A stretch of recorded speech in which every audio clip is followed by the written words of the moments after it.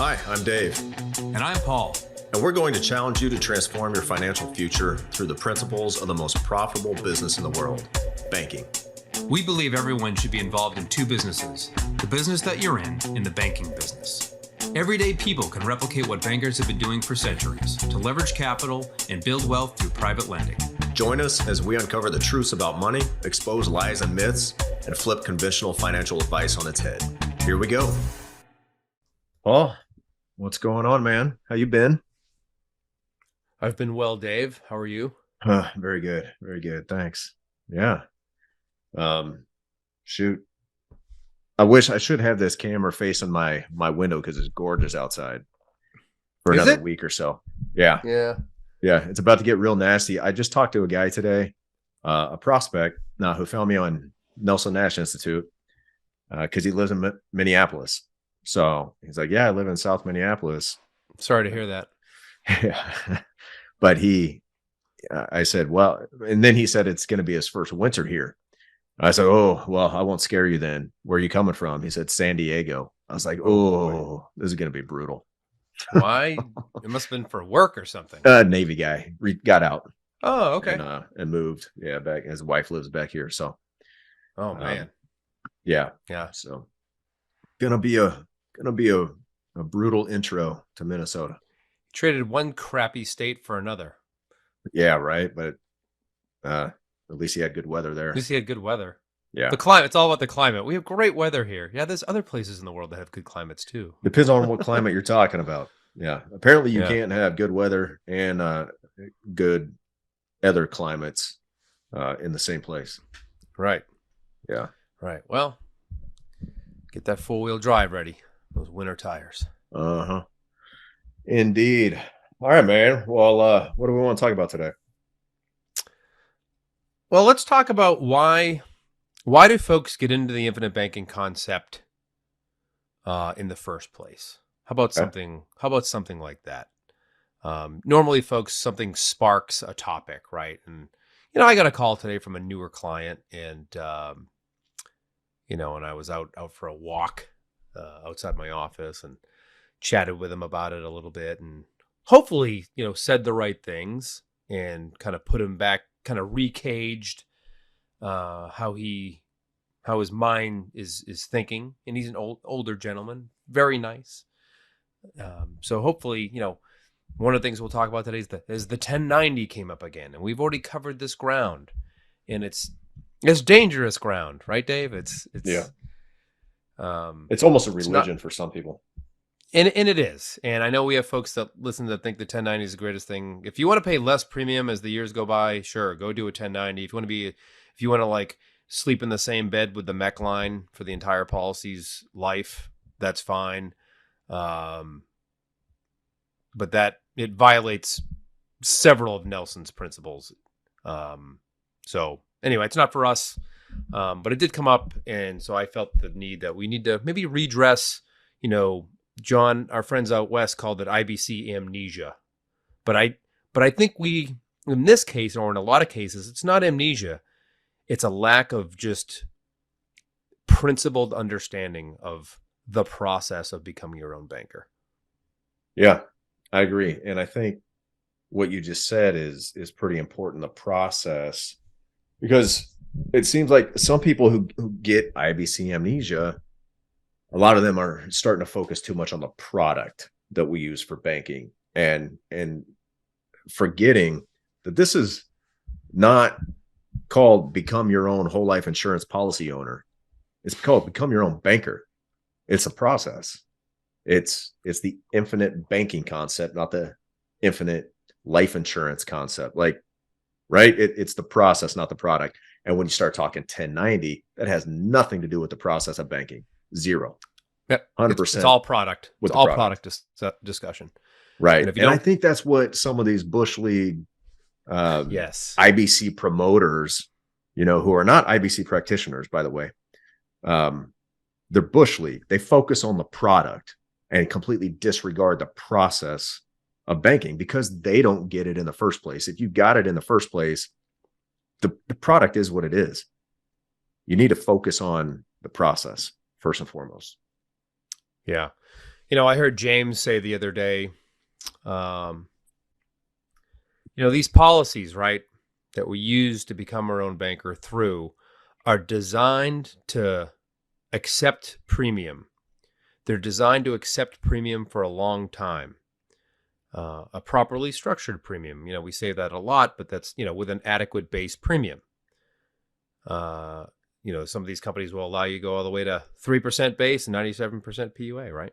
Ooh, yikes. Yeah, yikes. I don't understand it. But anyway, they're not designed to give you the ability to become your own banker 60 days after you open the policy.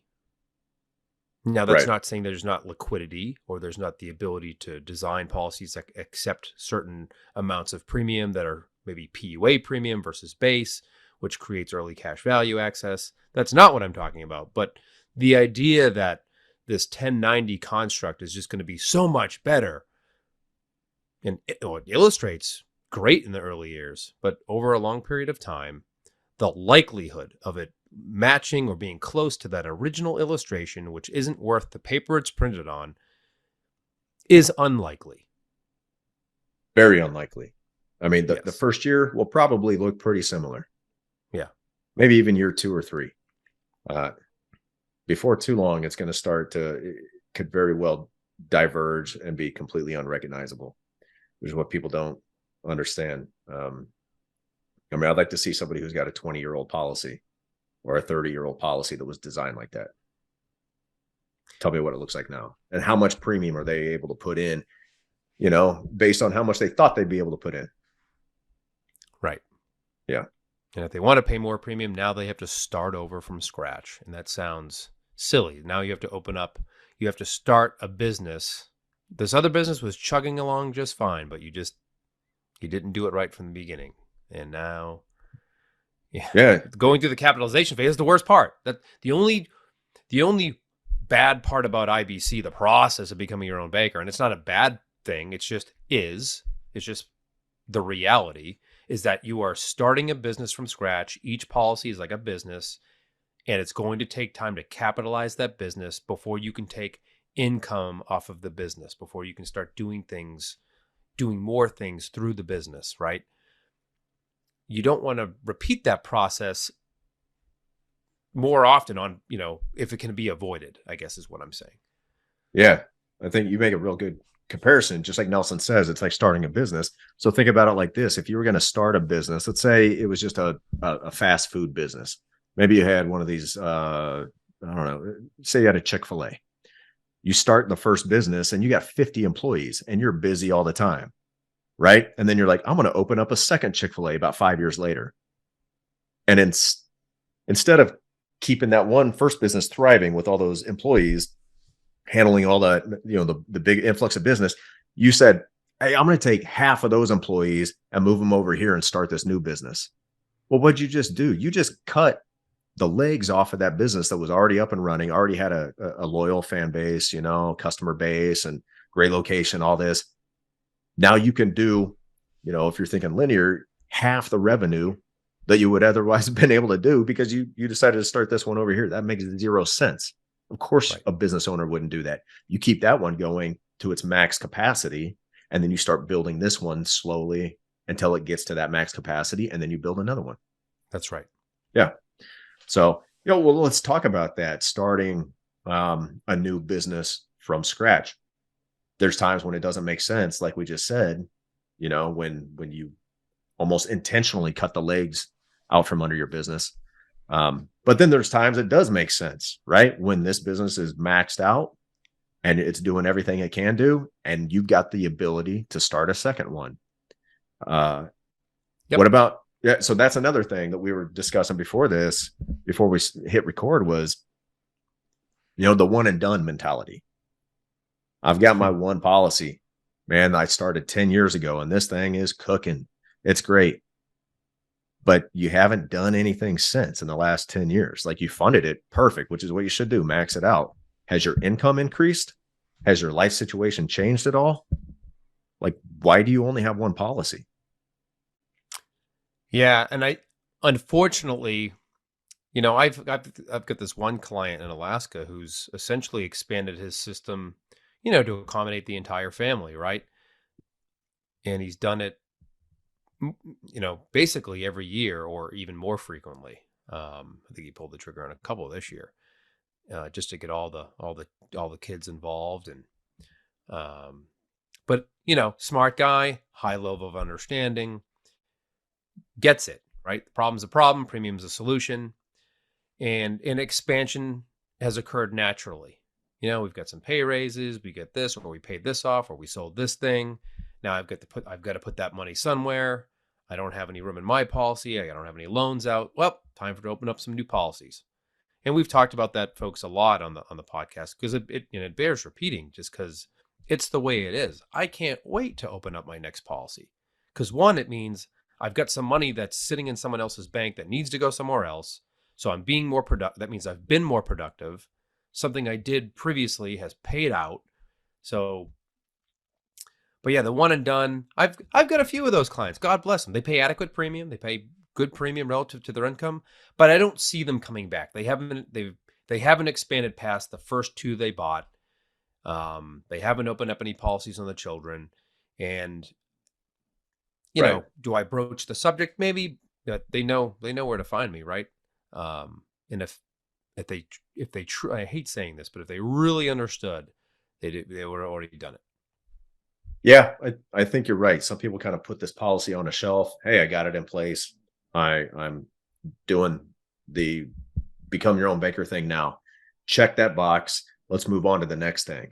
Yeah. What's the next thing? Oh, now it's time to get involved in real estate and put all my money into wholesaling houses or flipping houses or doing the next popular thing, or velocity banking, whatever it may be, but then forgetting about what you started over here.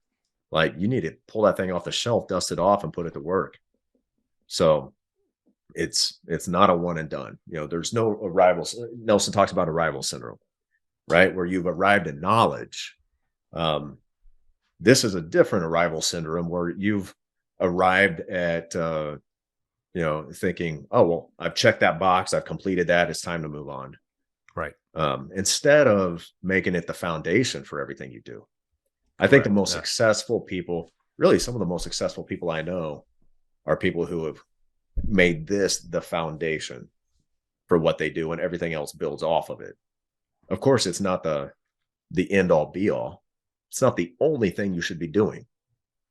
But if you start with this, it could be, and you'd be just fine. Yeah. When you do the traditional retirement and start pulling a passive income, maybe living off those tax-free dividends, or taking loans and maybe not intending to repay them, and figuring that out. But it could be, but it doesn't.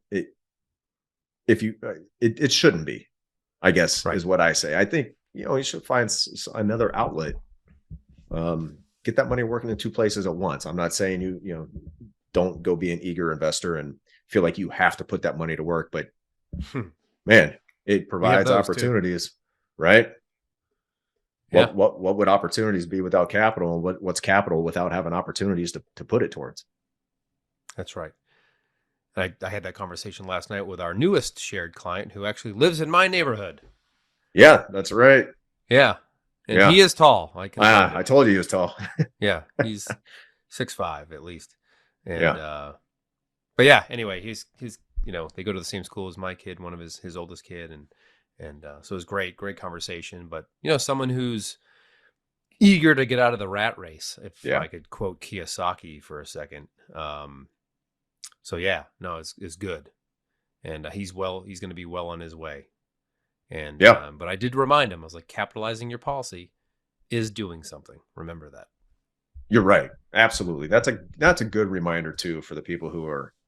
I just had this conversation today with somebody who had a common misunderstanding about how it works. And he was like, so as I understand it, like, I need to start taking policy loans and finding things to do with that to make my policy grow quicker. And then, kept talking, and I kind of cut him off. I was like, yeah, let's stop right there and just put this rumor to rest. Yeah, you're not going to improve the performance of your policy. There's nothing you can do to improve the performance in a non-direct recognition policy other than pay your premium and repay your loans. That's right. That is your duty to not steal the peas. Don't be afraid to pay a premium. Think long range. Right. But you will benefit your overall financial and wealth building picture if you use this process as opposed to the traditional pay cash or borrow from the bank. Yeah. And we touched upon it last week with when we were talking about some, real estate folks. And I think of just clients that I know, and I know that there's money passing through their hands, not insignificant. I'm not talking like $500. I'm talking, hey, we just sold a house and, whatever the house was, it was, $400,000 of cash that came out of it. And to me, and to Dave, and to when you're in the know, I guess, on that money's way to do the next thing, it should have found its way into either premium or loan repayment. One of those two things. And some of it might have done those things, but it should have equated to new policies. Yeah. And did you just wake up one morning and say, let's sell our house today, and then by tomorrow it was sold and you had cash in hand? No, it was a process, right? It's at a minimum, probably at a bare minimum, 6 weeks. But you were probably planning much farther in advance, and it probably took a few months, right? So you knew that money was coming to you, and you had an idea of how much you were going to net, right? So what does that mean you should have been doing during that time? Right. Planning ahead. Get ready for the windfall. So that brings me to another topic, which we talked about before, but it fits nicely into this, is having that like 10-year convertible term policy just sitting on the shelf that you can, and I'm exaggerating the process. It's not literally snapping a finger, but it's almost that easy. Yeah. Where I can, hey, Paul, I'm going to have a windfall soon. I want to convert X amount of death benefit out of that convertible term policy because 5 weeks after that, I want to do something else, but I want to get that money in a policy first. Great. What a great mindset to be in. So that's how you should be thinking about this, folks. We've talked about the convertible term option a lot. It's great.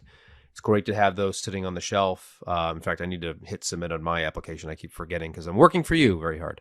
And he was talking. You weren't talking to me. You were talking to listeners, right? Correct. You're not working for me. Well, it's a mystery. No. Yes. I wish you were. Correct. You should. Yeah. You want to work for me? You want to make a little side income? Have a couple side hustles. I can't handle any more. Yeah. I'm maxed out. But anyway, sorry. I want to I'm looking at our list here. I want to make sure we cover everything that we well, just to reattack on what you said about convertible term. I love that idea. I can't promote that enough, that having that in place is going to be huge. When you can, then you don't have to forecast these windfalls. As soon as a windfall hits you, maybe a rich uncle dies that you didn't know about and leaves you a bunch of money. Well, you got that convertible term sitting on the shelf. You just pick off what you need, throw that money into capitalize a new policy. Off to the races. Yeah, it's really good to have on the shelf for quick things. If you're still healthy enough, I'd say leave that in place, go through underwriting again. But for quick things, it's nice to just have that option and it happens quickly. Or max out your human life value with a convertible term. Yes. Because then, even if you wanted to go through underwriting again, you can't, because you've already maxed yourself out. Right. So, that's the ideal thing is, get as much whole life as you can now, max the rest of your human life value out with convertible term, and then start picking away at that as needed, as able. So, yeah, absolutely. In fact, I had that conversation with our newest client last night. So nice. Yeah.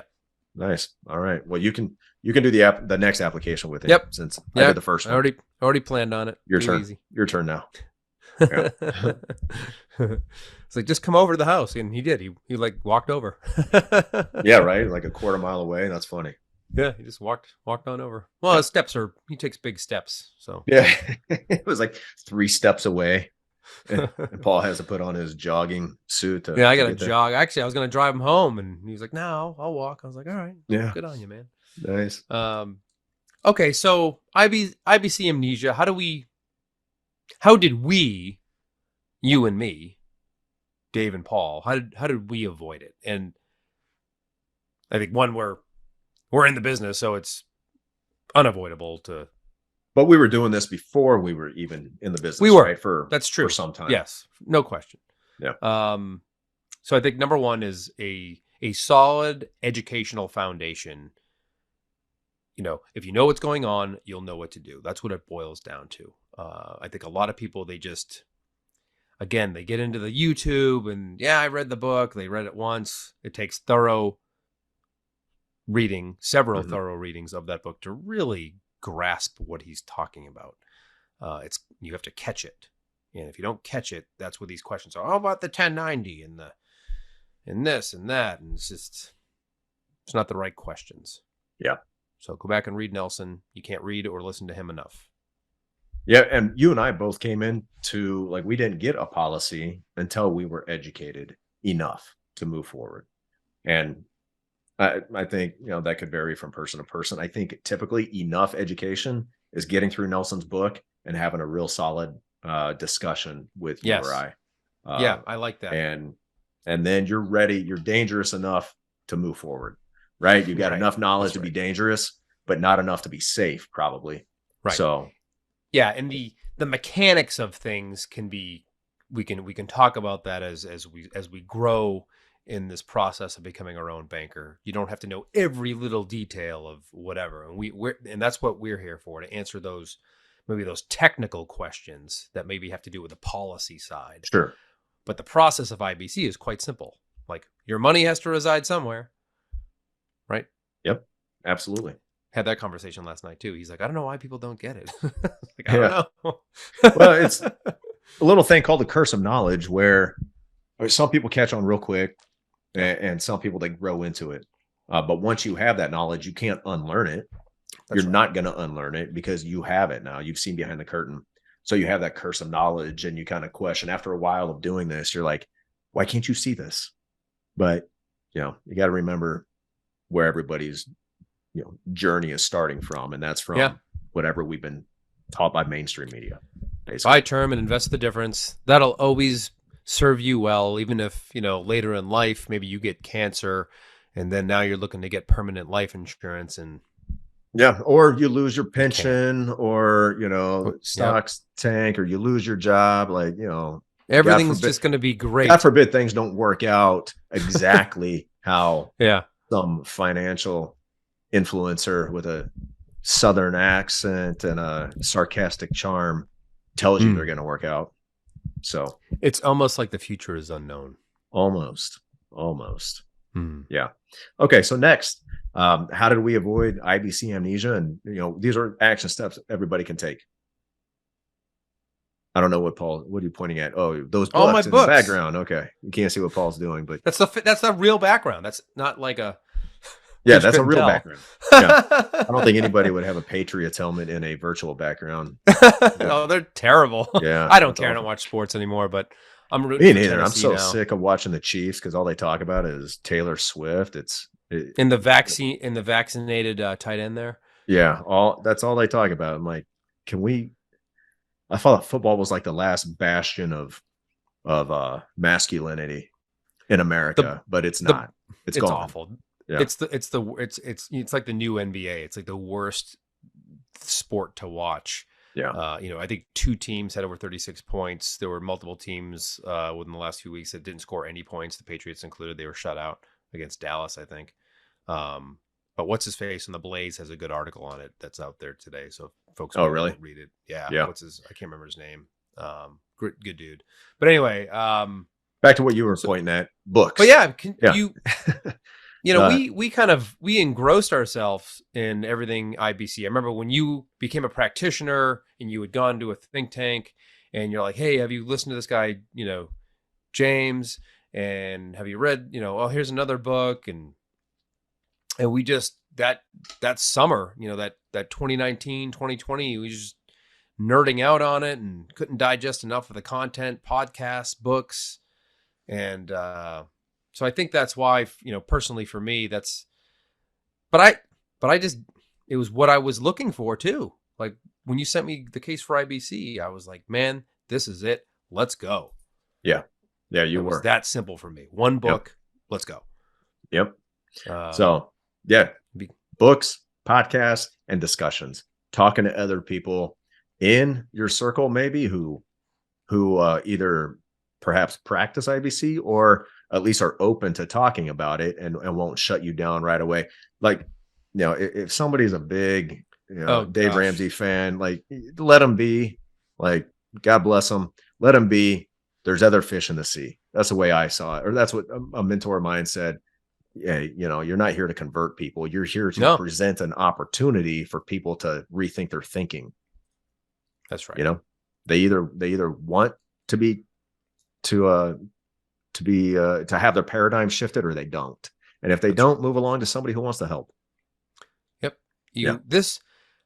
I mentor a couple of new agents that are, one just became a practitioner, so I'm going to continue that mentorship, and then one is a budding practitioner, and I tell them, I say, education is the key. People are either going to, when you ask them to read Nelson's book, the ones that want to do this, that want to learn, are going to do it automatically. They're going to say, yep, I'm going to read this book.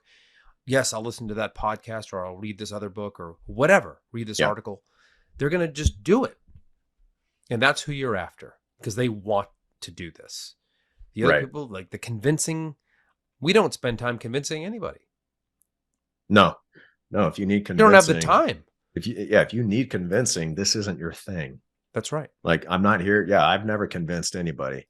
No. I remember having. And we appreciate you folks that are listeners, that are clients now. Like, you come to us and you're generally, a few technical questions or whatever, but you're generally ready to go, and you get it. The light bulb's gone off, and it's fantastic. And that is, we're just here to be the conduit for this, let's face it, genius idea. Yeah, because you need, unless you're a licensed life insurance producer, you need somebody to walk you through this process and legally set this up for you anyway. Right. So, and if you're a licensed producer, you don't and haven't done this, you also don't know anything, and you need our help. And thank you for those who have reached out and asked for that help. We also appreciate that. It's good. Yeah. True. You don't want to mess up your own policy. Right. And we need more people who understand this, who can get the message out. That's right. Yeah. It's a message worth sharing. That is for sure. I mean, what percentage of Americans have probably even heard about this? 1% or less? Maybe 3 million people have heard about this. Maybe. I don't know. Maybe. I don't know. I don't know. It's that high. I would Most hope. people are on TikTok watching. I don't know what they watch, but whatever. Some attractive girl spouting out random stuff that a company told her to say. I don't know. Right. Yeah. But yeah. So continue the education process. Reread Nelson's book. You can't read it enough. Yep. Or, as you said, you can't listen to it enough. It's only 3 hours on Audible. Mm-hmm. So you could burn through that in a couple drives to work and back. Yep. His DVD series that you can buy from the Nelson Ash Institute. If you've never listened to Nelson, he's out there on YouTube a little bit, but there's that dedicated series that you can purchase, or you can. Anyway, it's fantastic, and it's funny, and you get to hear it directly from the person who discovered IBC. Is it only available on DVD? I have the version that I just streamed through my practitioner site or my portal that I bought. In fact, I need to send the discount code to somebody wants to buy it. I can't remember who that is now. Yeah, because DVD players might be hard to come by now. But no, you can. Yeah. I have. I mean, you can buy one, but do you have one in your home? Probably. I don't know. I don't think I do anymore. My neighbors that just moved had one in their garbage, but they must have thrown it on the ground because it was smashed to pieces. I was going to see if it worked, but somebody drove over or something. Nice. So yeah, you can't reread that book enough. And I do often. I read it all the time. Yep. How about this one? Start talking to people about it. No, like if you find somebody like yourself, I mean, that's how Paul and I really got started in this business, is finding people like us and having these conversations. Yeah. start having these conversations and see if you might be surprised. You'll discover people have heard about it, but maybe they've never had somebody explain it to them, or Yeah. they've never had somebody else to talk to about it. Yep. There's going to be three kinds of people you'll encounter from your friends, your family, whatever. There's going to be people that are genuinely interested and want to know more. Those are going to be your unicorns, though. Maybe 1 out of every 10 people you talk to. Yeah. Maybe. There's going to be those that want to fight you because they think that you're trying to get them into the worst thing ever because they think buy term and invest the difference is the best thing since sliced bread. Obviously, that is not true. This is the best thing. They think you're trying to put them on your downline for your MLM or something. Right, that's right. They want you to sell essential oils and some face cream. Yeah.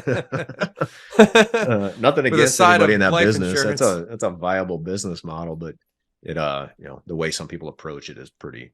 It's salesy. We never want to appear cheesy. We tell people all the time, you'll never get too many follow-ups from us. We won't chase you. But anyway, the third types are the people that just aren't interested in anything that has anything to do with money at all or finance. And well, you're not going to talk to them anymore. Yeah, so they just kind of glaze over.